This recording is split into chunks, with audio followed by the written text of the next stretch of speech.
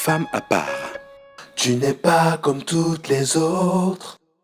Tu es une femme à part.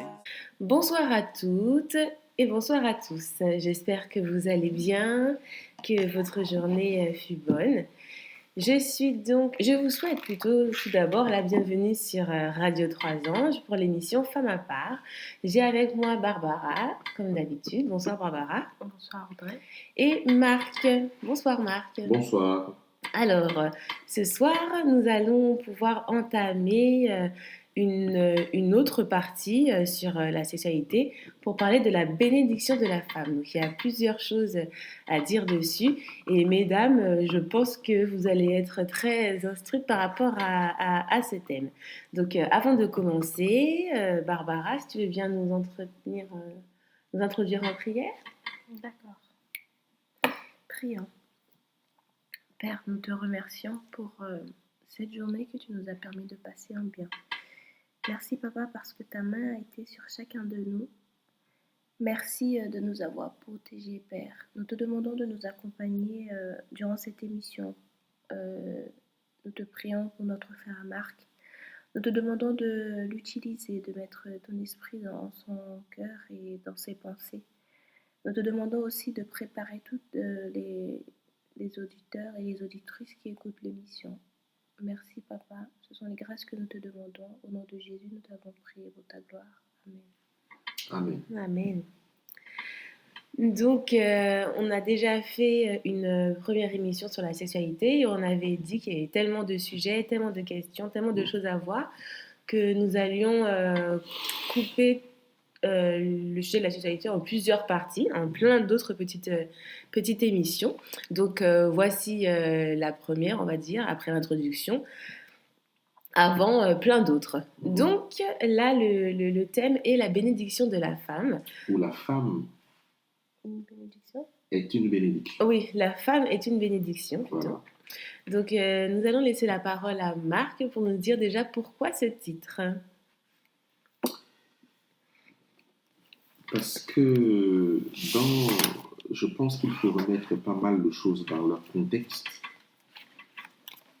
Avec cette grande bataille qui sévit actuellement sur le fait que la femme ceci, le sexe faible, la femme a des droits, elle n'en a pas, et ainsi de suite, elle est égale à l'homme et tout ça.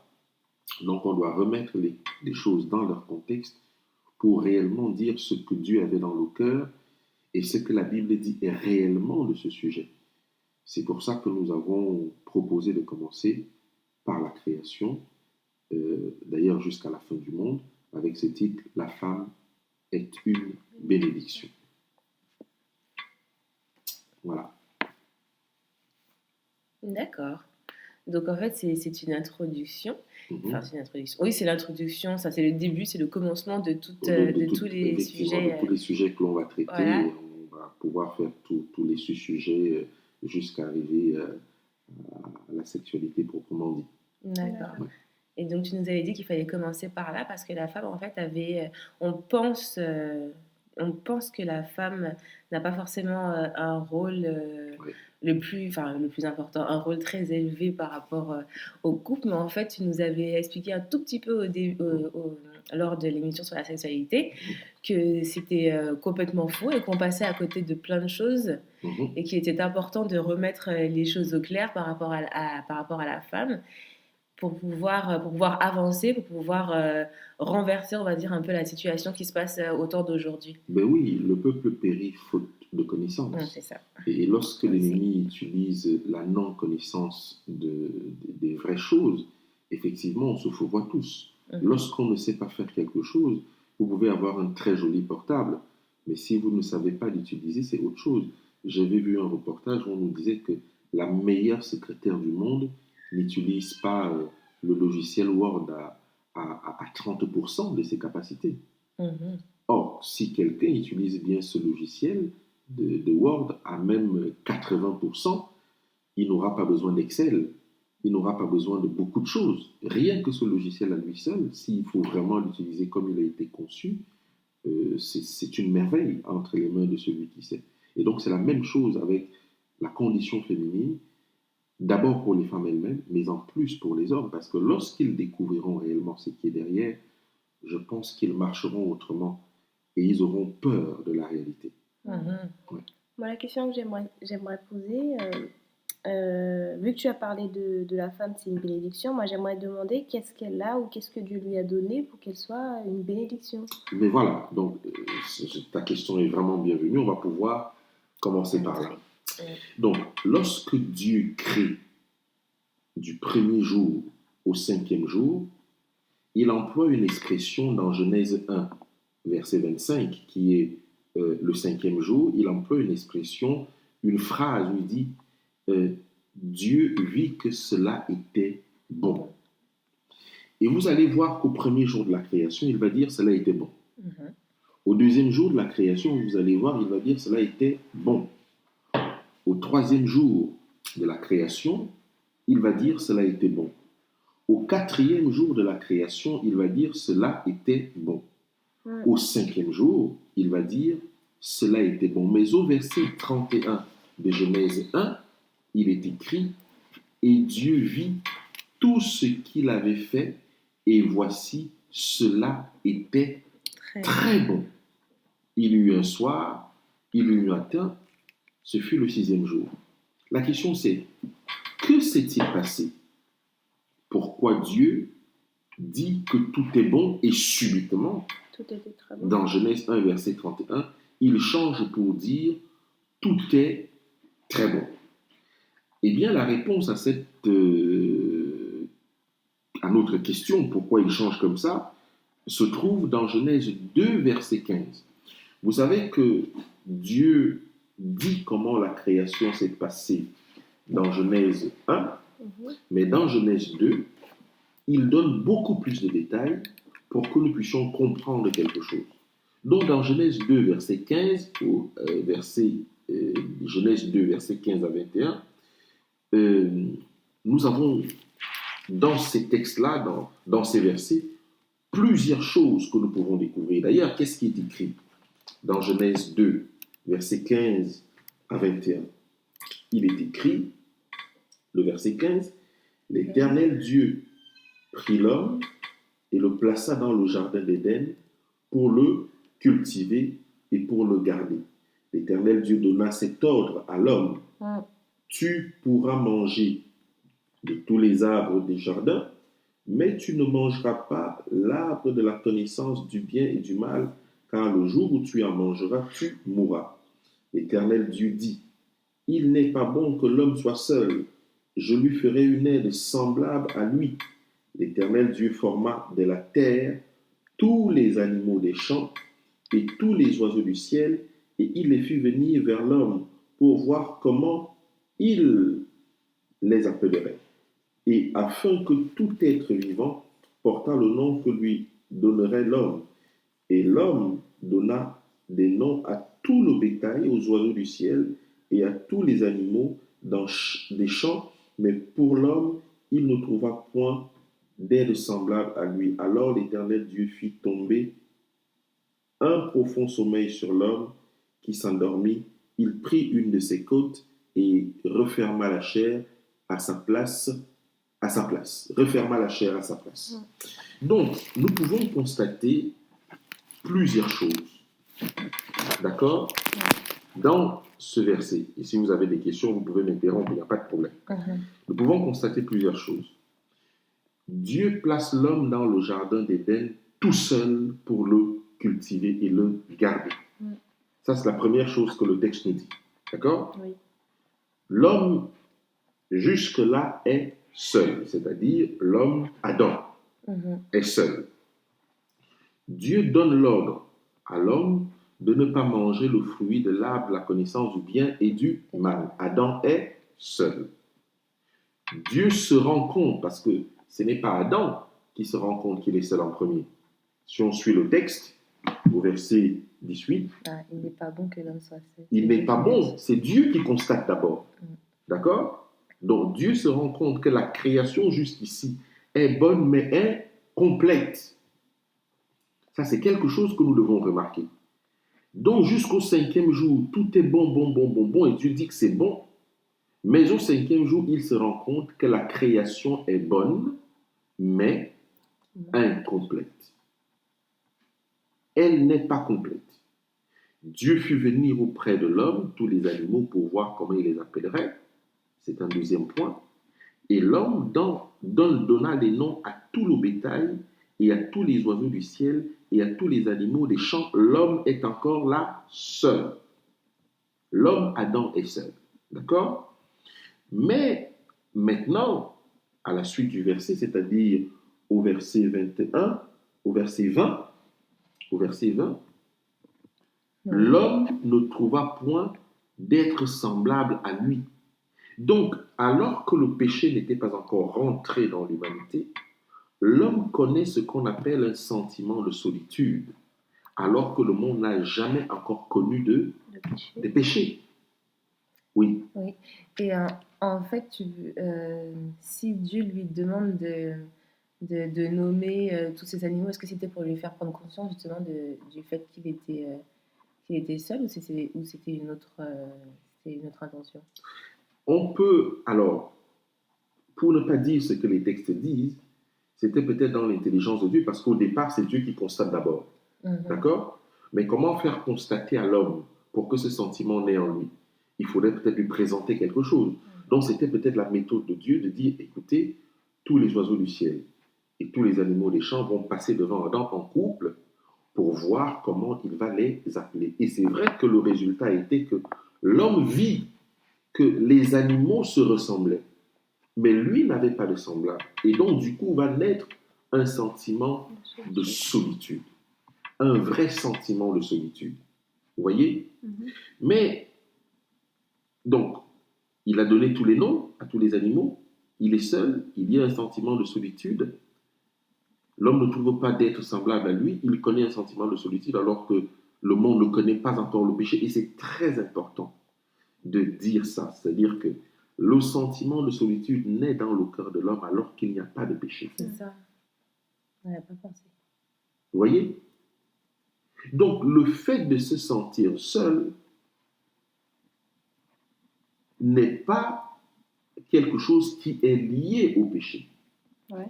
Mais c'est plutôt lié à la nature de Dieu lui-même. Car jusqu'ici, et nous allons le voir après, Dieu a bien dit, faisons l'homme à notre image et à notre ressemblance. Vous voyez? Nous allons faire la connexion tout à l'heure. Dieu voit donc que la création est incomplète.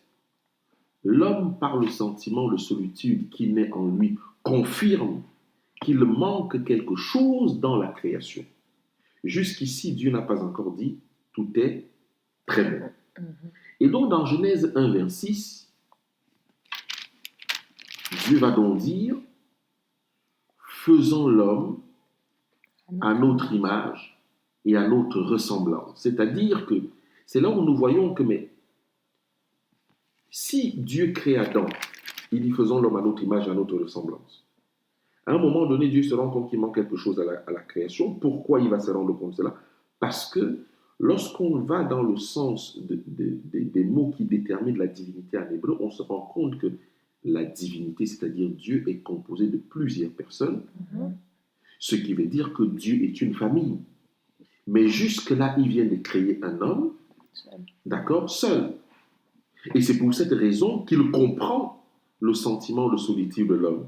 Et il va répondre à ce sentiment en Genèse 2, verset 18. Mais n'oubliez pas que jusqu'ici, jusqu'à Genèse 2, verset 18, la création est bonne. Et dans Genèse 2, verset 18, il est écrit « L'Éternel Dieu dit, il n'est pas bon que l'homme soit seul, je lui ferai une aide semblable à lui. » Regardez que Dieu va dire « je lui ferai une aide ». Dieu ne dit pas « je lui ferai une femme ». Dieu dit d'abord, je lui ferai une aide. Donc, si on peut donner un nom, un premier nom à la femme, ça veut dire que la femme est une aide. Mais lorsque nous allons revenir dans notre système moderne, on verra qu'une aide souvent a beaucoup plus de compétences que celui qui est aidé. Parce que pour aider quelqu'un, il faut avoir beaucoup plus de compétences que lui.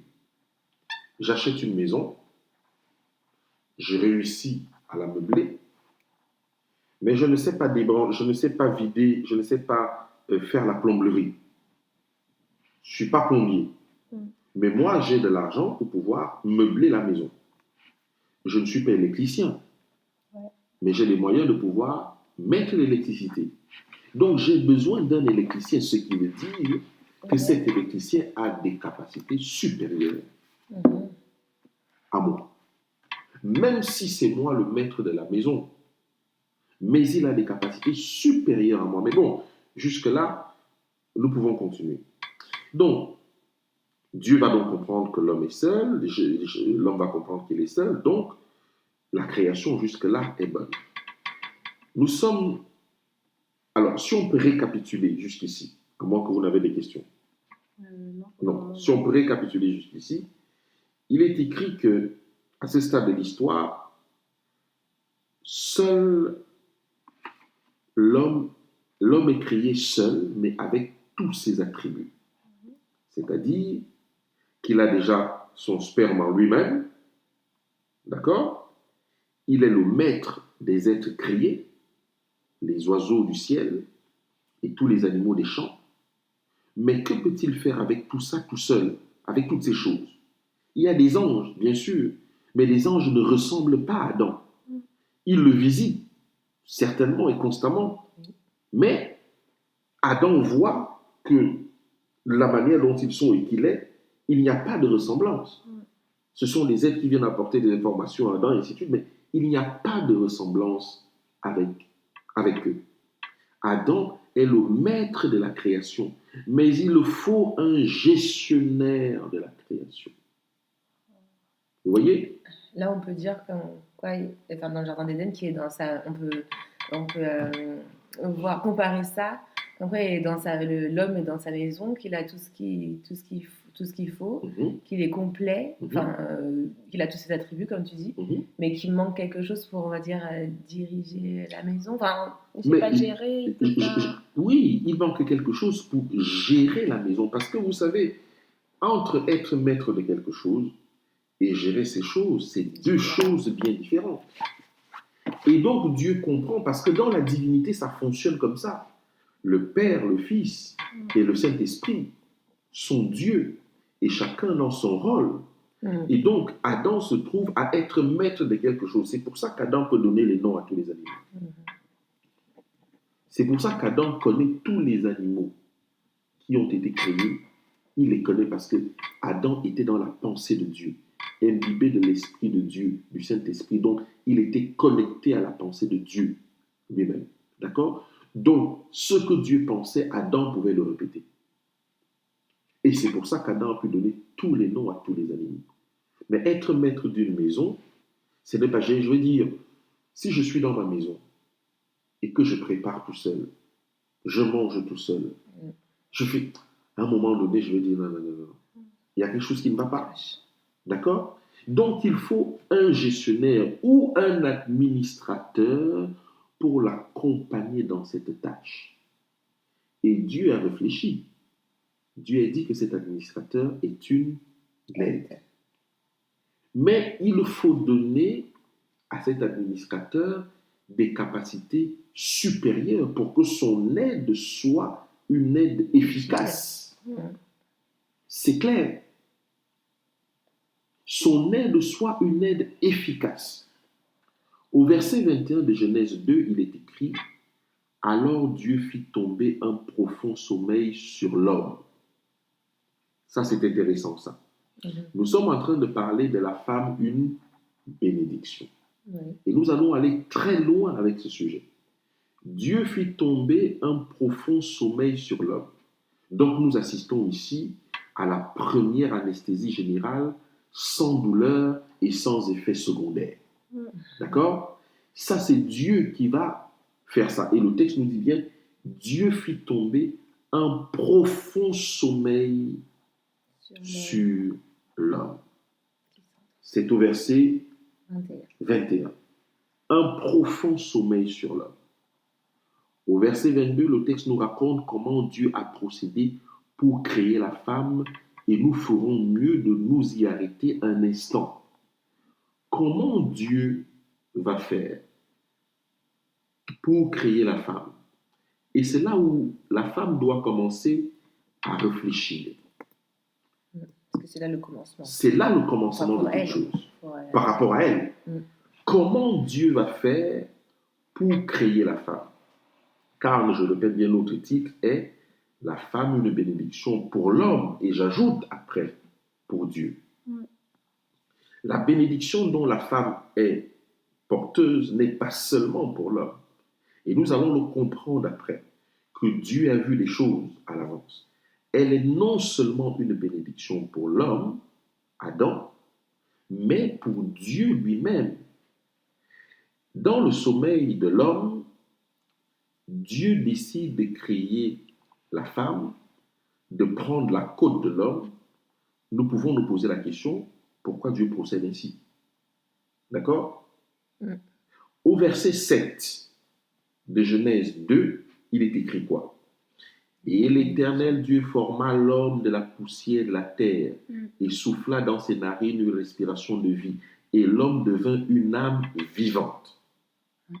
C'est carrément un autre procédé. Voilà. Au verset 19 de Genèse 2, il est écrit: Et l'Éternel Dieu forma de la terre tous les animaux des champs et tous les oiseaux des cieux, et il les fit venir vers l'homme pour voir comment il les nommerait. Et tout nom que l'homme donna à un être vivant fit son nom. Qu'est-ce que vous remarquez ici? Que tous les êtres ont été tirés de la terre, sauf la femme. Sauf la femme. Est-ce que on commence à entrevoir quelque chose? Tous les êtres créés, que ce soit les animaux, que ce soit l'homme, Adam, ont été tirés de la terre. Donc, ont été tirés d'une matière. D'accord? Oui. Ont été tirés d'une matière, sauf une personne qui a été tirée, elle, d'un être vivant. C'est très important pour la suite et après le péché. Parce qu'il faut que ce même procédé se reproduise pour Dieu. Pour que la femme qu'il a perdue, qui est devenue une prostituée, redevienne une bénédiction. Nous allons aller devant la croix et nous allons voir que pour créer l'Église, Dieu va devoir laisser percer la côte de Christ. Il va l'envoyer dans un profond sommeil pendant 3 jours pour pouvoir créer la femme, l'épouse de Christ. Donc on voit déjà la prophétie rien que dans les premiers versets. Et rien que dans les premiers versets. C'est le même procédé que Dieu va utiliser. Pourquoi? Parce que Adam a donné des noms à tous les animaux, n'est-ce pas? Oui. Jésus-Christ a donné les noms aux 12 apôtres. Vous voyez? Jésus-Christ a donné les noms aux 12 apôtres. Et donc, il a donné les noms à toute la création, ainsi par eux, pour revenir, c'est-à-dire qu'il faut créer, il fallait reprocéder par la création pour pouvoir rétablir les choses. Donc, la femme commence à avoir une bénédiction déjà dès la manière dont elle a été créée. Et pourtant, Adam est le maître de la création. Seule la femme n'a pas été créée de la poussière de la terre. Parce que quand l'homme est déjà un être vivant, il n'est plus poussière. C'est quand il meurt qu'il retourne à la poussière pour redevenir poussière. Mais lorsqu'il est un être vivant, ce n'est pas un morceau de terre. Non, parce qu'il y a le souffle de vie. Voilà. Il marche sur la terre. Vous voyez? Est-ce qu'aujourd'hui, la femme peut considérer que rien que pour sa création, elle est spéciale pour Dieu? Non, c'est des... Même en lisant à chaque fois ces passages-là, on ne s'arrête pas en fait sur tous ces détails-là et donc on n'a pas conscience de ça. Mais quand tu l'expliques et puis quand on relit, parce qu'on regarde en même temps ce que tu lis dans la parole, on voit effectivement qu'il y a déjà une nette différence. Oui. Tout de suite, une différence. Oui. Est-ce que ça peut donner à nos sœurs la valeur qu'elles ont pour Dieu? Mais carrément.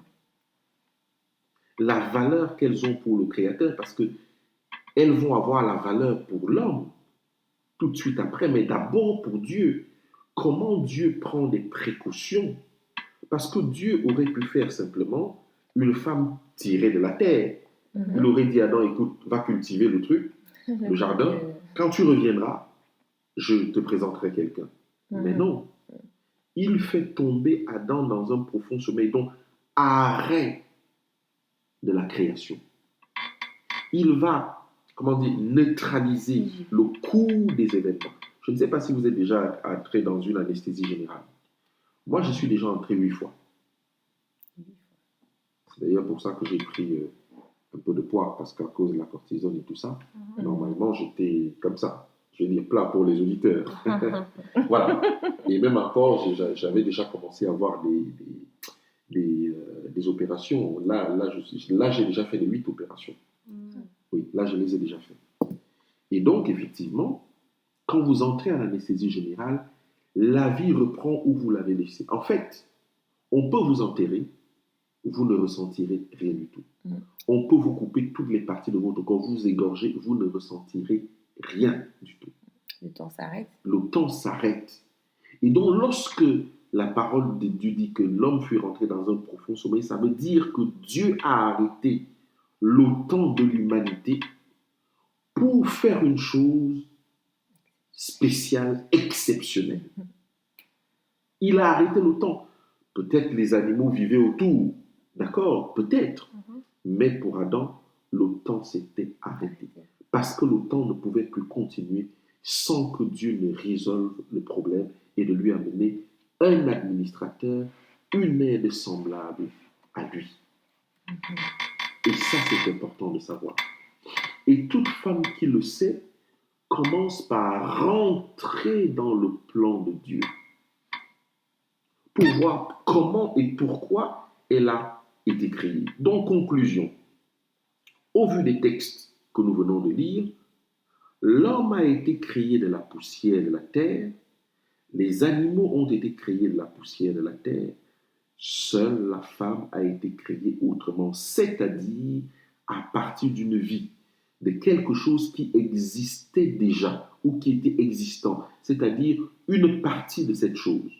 Nous pouvons donc dire que dans la création et sur la terre, seule la femme n'a pas été créée de la terre, mais l'homme qui était déjà une âme vivante.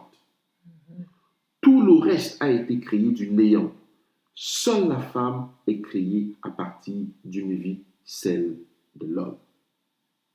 Ça veut dire aussi qu'elle doit être spéciale pour la femme, parce qu'elle a été, pour l'homme plutôt, parce elle a été tirée de lui, donc il y a une partie de lui en elle.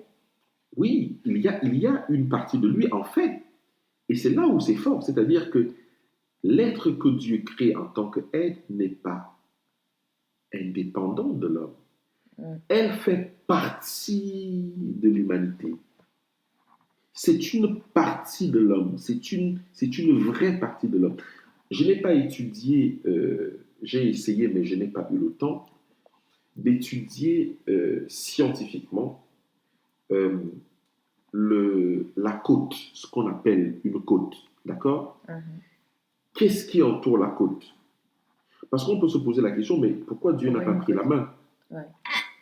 Couper une main et former une personne.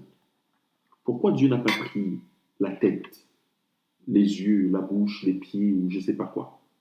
Pourquoi Dieu prend la côte? Qu'est-ce qu'il y a dans la côte? On dirait que, et quand on voit le sacrifice de Christ, c'est au niveau de la côte qu'on a percé. Pourquoi on n'a pas percé le ventre? Je ne sais pas, la poitrine, quelque chose comme ça. Pourquoi c'est la côte? Eh bien, je n'ai pas trouvé parce que je n'ai pas eu le temps de chercher. Mais je me rends compte que l'on peut vivre sans pied. On peut même vivre sans main. Mais je pense qu'il serait difficile de vivre sans côte.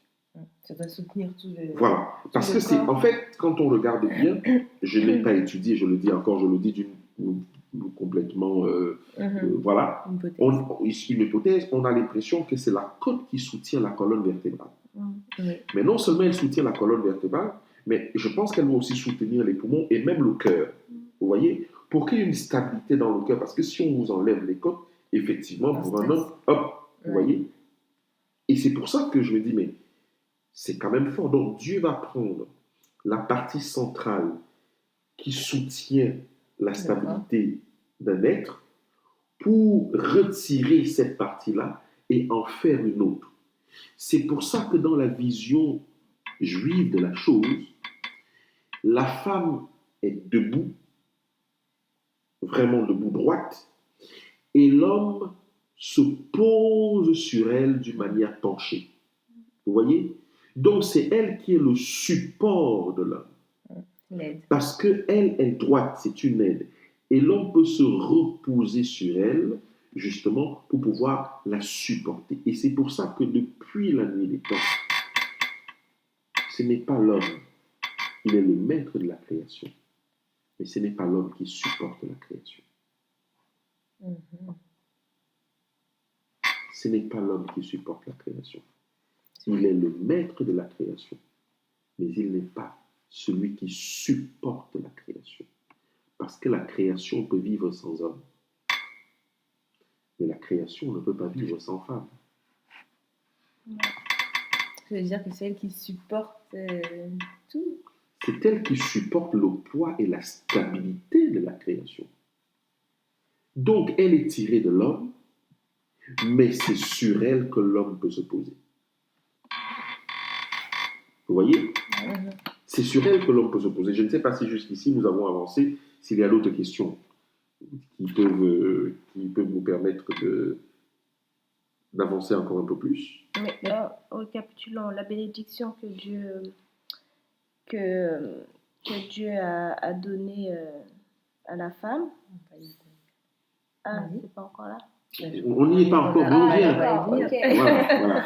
On n'y est pas encore, mais on arrive. Bon, on arrive à Mais est-ce que ça veut dire en fait que si l'homme n'a pas de femme, donc n'a pas une aide à côté de lui pour tout ce qui est gestion, pour tout ce qui est... Enfin, c'est compliqué ça, et ça peut déborder. Enfin, je sais pas, si par exemple il n'y avait pas eu cette aide lors de la création, il aurait pu se passer... En tout cas, nous voyons que sans aide, l'homme l'a tout de suite ressenti. Oui. D'accord? Il est écrit que l'homme vit qu'il n'y a pas, au verset 20, et l'homme machin, il ne trouva point, au verset 20, il ne trouva point d'aide semblable à lui. C'est clair, donc l'homme le constate. C'est clair. Vous savez, dans la vie des hommes, ce que les femmes n'ont pas compris, souvent, c'est que tout ce qu'un homme fait, il le fait pour une femme. Les études qu'il fait, c'est pour une femme. L'argent qu'il a, c'est pour une femme. Le nom qu'il porte, c'est pour une femme. C'est clair. Il étudie pourquoi? Parce qu'il veut avoir une famille. Il veut pouvoir avoir des enfants. Il veut pouvoir... Vous savez, quand j'étais au lycée, j'avais des camarades, des jeunes filles, qui n'étudiaient pas beaucoup. Et elle avait cette expression, elle disait, de toute façon, il y a quelqu'un qui travaille pour moi quelque part. Et c'est une vision réelle qui est une vérité.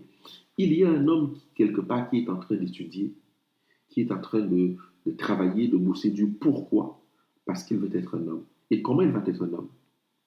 Parce qu'il va pouvoir soutenir une famille, donc une femme. À moins que ça ne sorte du chapeau, je ne vois pas comment ils font. J'aurais pu habiter dans une petite chambrette quelque part, mais pourquoi j'ai une maison? Pourquoi j'ai une maison? Je n'ai pas une maison, je veux dire, bon, que les auditeurs ne pensent pas que je suis en train de parler d'une maison comme ils entendent, mais si je veux une maison, c'est parce que il y a des gens que je veux mettre en sécurité à l'intérieur. Parce que sinon, si c'était que moi-même, même une voiture me suffit. Et je dépense moins. Je dors dans ma voiture, il y a du chauffage et tout ça là-dedans. Et donc c'est clair. Et beaucoup d'hommes pouvaient vivre comme ça. Donc, déjà dès la création, Dieu montre que sans la dernière partie de la création, tout est simplement bon.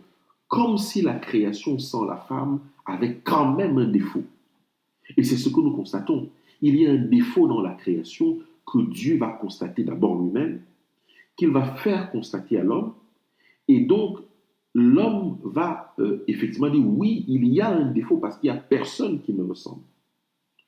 Oui.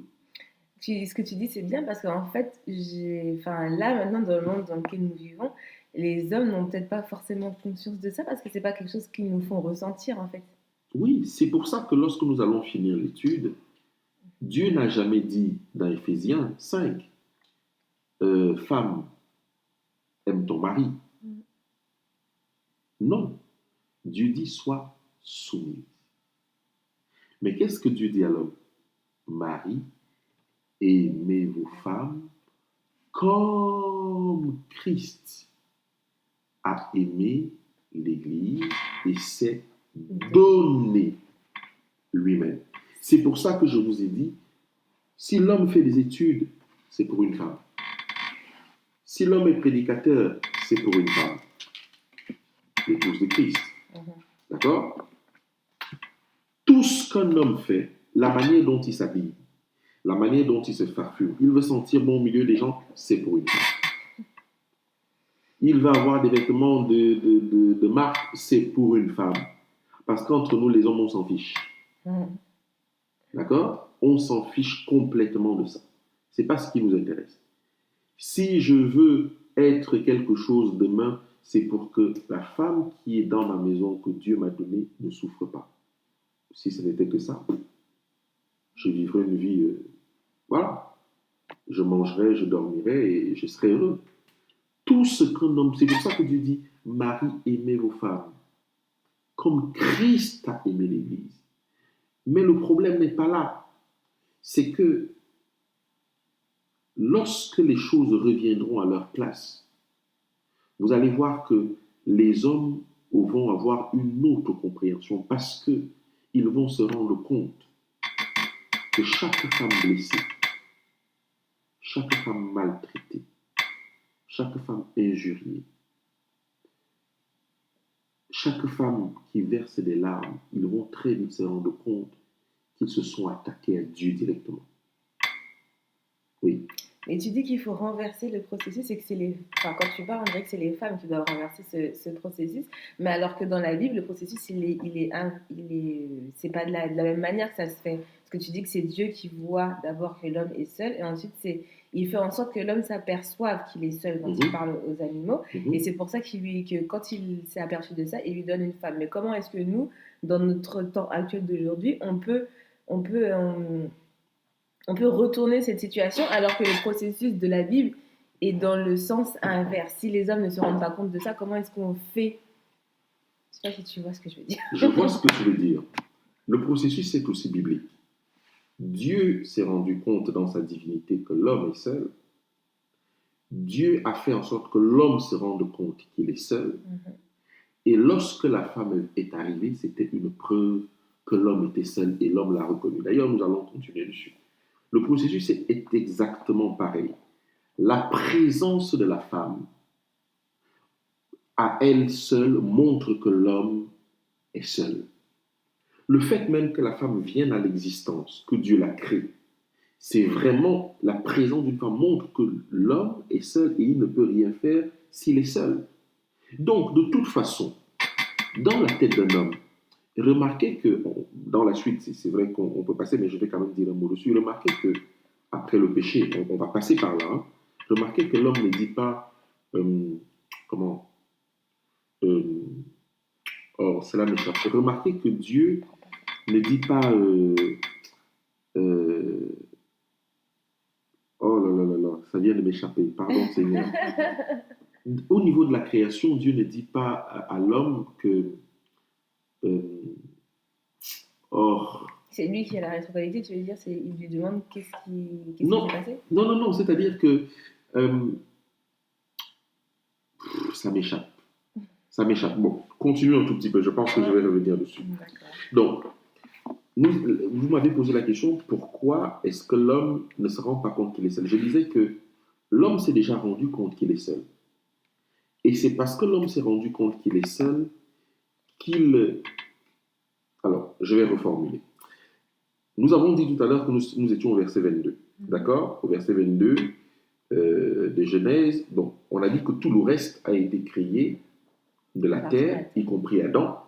Mais Ève seule n'a pas été créée de la terre. Donc, au verset 22 de Genèse 2, il est écrit « L'Éternel Dieu forma une femme de la côte qu'il avait prise de l'homme et la mena vers l'homme. » Et là, nous pouvons passer un certain temps. D'accord? C'est Dieu qui amène la femme vers l'homme. C'est-à-dire, Dieu a constaté que l'homme était seul. Dieu a fait comprendre à l'homme qu'il était seul. Dieu va mettre un profond sommeil sur l'homme. Et il va créer la femme. Et Dieu ne va pas laisser la femme devant l'homme. Il va l'emmener devant l'homme. Qu'est-ce qu'on constate ici? On constate quand même que, même si ce texte ne nous donne pas beaucoup de détails, on voit quand même une relation particulière entre Dieu et la femme. Dieu crée la femme à partir d'Adam. On a l'impression, lorsqu'on lit entre les lignes, que lorsqu'il a fini de créer la femme à partir d'Adam, il a laissé Adam là, il a amené la femme quelque part. D'accord? Nous supposons, et c'est humain, en attendant qu'Adam se réveille. D'accord? Il a d'abord amené la femme. Où est-ce qu'il a amené? Pourquoi le texte nous dit Dieu amène la femme vers Adam? Nous pouvons supposer deux choses ici. La première, c'est que lorsque Ève est créée et qu'elle devient une âme vivante, à mon avis, Adam est couché, elle est créée à côté. Oui. Donc elle se lève, elle voit Adam. Elle se lève, elle voit Adam. Et je pense que la leçon de choses commence là pour Dieu et la femme.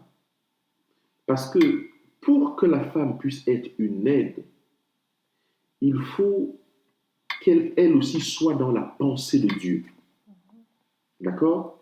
Parce que ce soit l'homme ou la femme, même si la femme est tirée de l'homme, l'homme a jusqu'à cet instant-là la pensée de Dieu. Donc, Ève aussi la femme va avoir la pensée de Dieu. D'accord? Donc, Dieu va créer Ève, Ève va voir Adam et Dieu va l'emmener quelque part. Pour que lorsqu'Adam se réveille, Dieu puisse la ramener vers Adam. Je disais donc qu'il y a plusieurs leçons qu'on peut tirer ici. Oui. Mais là, on pourrait croire, et je pense qu'il y a d'autres personnes qui se posent aussi, il y a d'autres femmes qui doivent se poser cette question. Je dis ça parce que je viens d'avoir cette pensée dans la tête, que finalement, la femme, elle est là que lorsque l'homme se rend compte qu'il a besoin de quelque chose.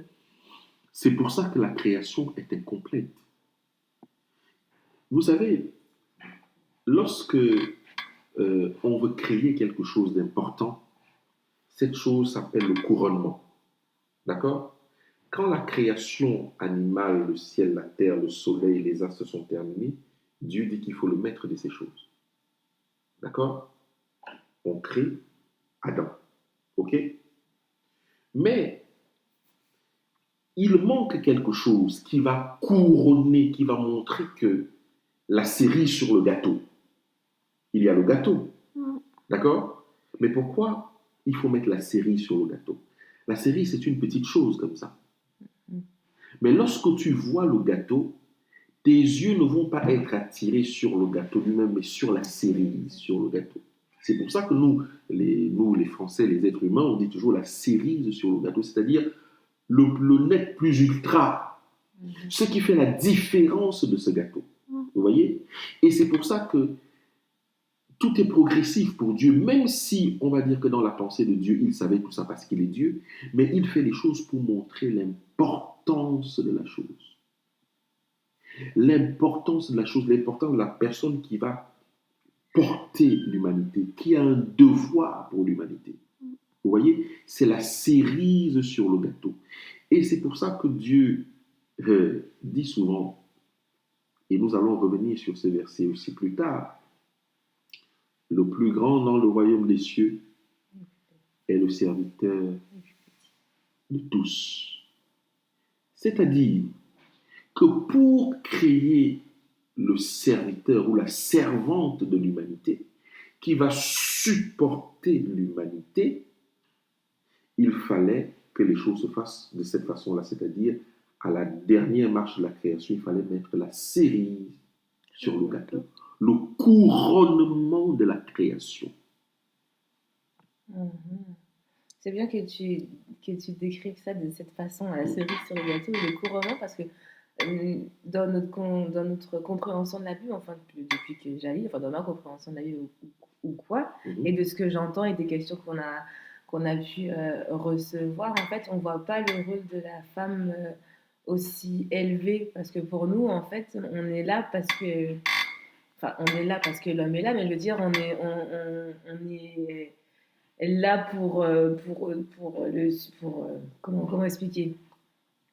Pas pour être une servante, entre guillemets, enfin, ou une bonne, comme on pourrait dire dans les temps de maintenant, mais c'est plus profond que ça, alors que nous, on se rend pas compte de ça. On est là pour une utilité, mais on ne pensait pas qu'elle était aussi importante. Quand tu dis c'est la couronne, alors que nous, on avait l'impression plutôt que, bon, quand il s'aperçoit enfin qu'il est tout seul ou qu'il a besoin de quelque chose, et ben la femme est là, alors que c'est pas du tout dans cette conception-là, c'est pas du tout dans cette pensée-là que la femme a été créée. Nous sommes là dans l'évangile. Hein? Mm. Nous ne sommes pas dans ce que l'ennemi a injecté dans la tête des hommes. D'accord? Nous sommes là dans l'évangile et c'est pour ça que c'est seul l'évangile qui peut faire renaître des personnes. Parce qu'on revient dans le sens. Le couronnement de la création, c'est la femme. Je ne voudrais pas, si je ne donne pas des versets pour ça, c'est parce que nous sommes en train d'aller dans un processus. Oui. Sinon, je vous aurais déjà donné les versets et ce serait très clair pour tout le monde. Ce n'est pas une invention. Nous ne sommes pas en train de dire ici que la femme n'a pas de problème. Mais nous sommes en train de dire que dans la pensée de Dieu, dans la création de l'humanité, la femme est la couronne de la création. Lorsqu'on intronisait un roi à l'époque, d'accord, on lui donnait un siège, n'est-ce pas? Il s'asseyait sur un trône. Mais qu'est-ce qu'il marquait qu'il était un roi? Hein? Non? La couronne. La couronne sur sa tête. Et chaque fois qu'un roi était vaincu, qu'est-ce que le roi adverse faisait? Il prenait sa couronne et la mettait sur sa tête. C'est ça la réalité. Tu n'es pas roi parce que tu es assis sur un trône. Tu es roi parce que tu as une couronne. Et lorsqu'on voit Jésus-Christ remonter au ciel, lorsqu'on lit Apocalypse, qu'est-ce qu'il a sur la tête? Une couronne. Ça veut dire que la vision, et nous allons revenir dessus plus tard, la vision est qu'il a refait alliance avec sa femme, donc il peut porter une couronne. Et oui. C'est pour ça que dans certaines civilisations, je veux dire, par exemple, aux États-Unis, c'est peut-être en France qu'il y a cette dépravation, mais accéder à la magistrature suprême aux États-Unis sans sa femme, c'est une insulte à la nation. Et oui, c'est une insulte. Vous imaginez ce qui s'est passé en France, Hollande sans femme, qui rentre machin, aux États-Unis, ce ne serait pas comme ça. Et pourquoi? Parce que les États-Unis sont un pays profondément protestant. Même s'ils font devenir le faux prophète, ils le sont déjà d'ailleurs, mais c'est profondément protestant. Et d'ailleurs, même le catholicisme, lorsqu'il fallait introniser des rois, il y avait forcément une reine. Oui, même si c'était juste des titres et que le roi faisait ses petites affaires, mais il y avait une reine attitrée. Vous voyez? Donc,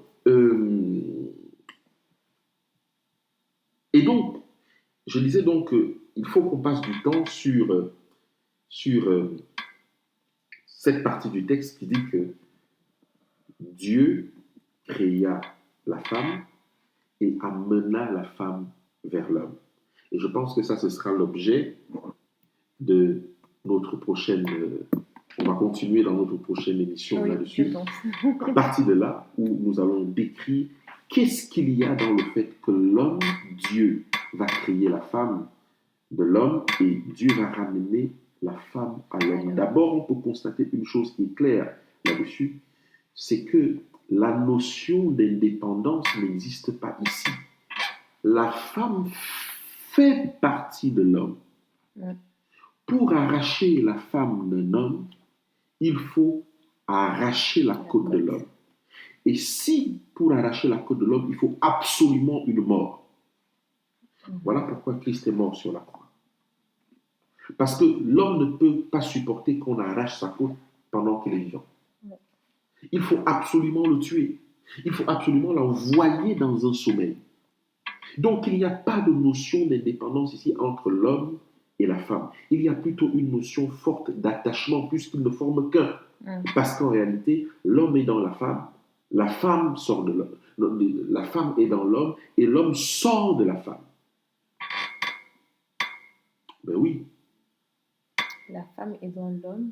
Et l'homme sort de la femme. La femme est dans l'homme, mais pour qu'il y ait des hommes, d'accord. Il faut une femme. Exact. Vous voyez? Donc, on va retravailler, on va continuer dans la prochaine émission. Ouais, c'est bien de finir comme ça pour le petit suspense et pour la suite. En tout cas, merci Marc, tu nous as donné encore plein de petites pistes et du coup, ça donne vraiment envie d'écouter la prochaine, la suite de ce qui va se passer. Et est-ce que tu peux clore ce moment par une prière? Oui. Notre Père, il y a tellement de choses que nous n'avons pas encore vraiment saisies dans la parole. Nous te prions de dégager nos âmes et nos esprits pour que tu puisses faire de la place, effacer la mémoire morte pour que les paroles qui tombent comme la pluie puissent tomber dans nos cœurs et puissent nous amener au changement de caractère par ton Saint-Esprit. Nous te remercions, Seigneur, et permets que partout où ces paroles vont tomber, que des âmes puissent être restaurées et que des hommes et des femmes puissent reconsidérer leur relation, non seulement avec toi, mais entre eux mutuellement. Que toute la gloire te revienne au nom de Jésus-Christ. Amen. Amen. Alors, mesdames, j'espère que vous avez pu déjà entrevoir un peu quelle est notre valeur là-dedans, parce qu'il y a plein de lumières qui ont été faites sur ce sujet et ça peut aussi effacer tous les a priori qu'on peut avoir et voir à quel point la femme est importante et que les messieurs qui nous écoutent ont pu aussi constater cela. Donc maintenant, je vais laisser la place à Barbara pour le temps de l'astuce. Merci Audrey. Donc je vais vous parler de l'ail. L'ail est si bénéfique qu'il est la frontière entre l'aliment et le médicament. Il est extrêmement protecteur pour le cœur et devrait être consommé quotidiennement par toutes les personnes à risque. Il fluidifie le sang, abaisse la tension et les taux de cholestérol. Il est très c'est un antioxydant. Il protège de l'infarctus et de l'attaque cérébrale. Il prévient aussi la survenue des cancers. Les consommateurs réguliers voient leur risque de développer un cancer diminuer de moitié. Il protège aussi le cerveau. On le prescrit en Chine depuis très longtemps comme anti-âge cérébral. Il protège les bronches et les poumons. Il renforce l'immunité. C'est un antibiotique naturel dont le champ d'action est nettement supérieur à tous les médicaments antibiotiques. Même s'il est moins puissant, il est efficace à haute dose contre l'herpès, les mycoses, la grippe, le rhume et autres gastro-entérites. Les personnes qui le digèrent mal tolèrent mieux l'ail pressé car les fibres restent dans le presse-ail. L'ail rose de Lautrec est plus digestif que son cousin blanc classique et ce dernier est plus digeste que le même. Jauni, vieilli, franchement déconseillé. La maman qui allaite devrait l'éviter car il modifie le goût du lait. Le bébé n'apprécie pas. D'accord. Voilà. Par contre, au-delà de 3 gousses d'ail par jour, l'ail cru peut être toxique. Au-dessus du seuil de 8 gousses d'ail, c'est l'hémorragie gastrique. Voilà, c'était Donc, il pour faut faire attention et ne pas prendre plus de 3 gousses d'ail par par jour. jour si on veut pallier à tous Bonne ces, chose, oui. voilà, tout ce que tu as cité, quoi, comme maladie ou quoi, pour pouvoir être en bonne santé. Être en bonne santé. Voilà. Et voilà, l'ail, donc on l'utilise tous les jours, on n'y pense pas, mais c'est très bon pour Un la remède santé naturel. aussi. C'est un remède naturel. Qui est préférable de manger cru, comme tu as dit, donc dans les salades ou un peu partout, on peut l'intégrer dans notre alimentation quotidienne, quoi. Ouais, voilà. Et ben, merci beaucoup pour cette astuce. De rien. Très intéressante, cette astuce naturelle. Donc, nous vous disons au revoir et à la semaine prochaine. Et n'oubliez pas la rediffusion dimanche de 21h à 22h. Au revoir. Au revoir. Femme à part. Tu n'es pas comme toutes les autres. Tu es une femme à part. L'émission Femme à part de 21h à 22h et rediffusion le dimanche.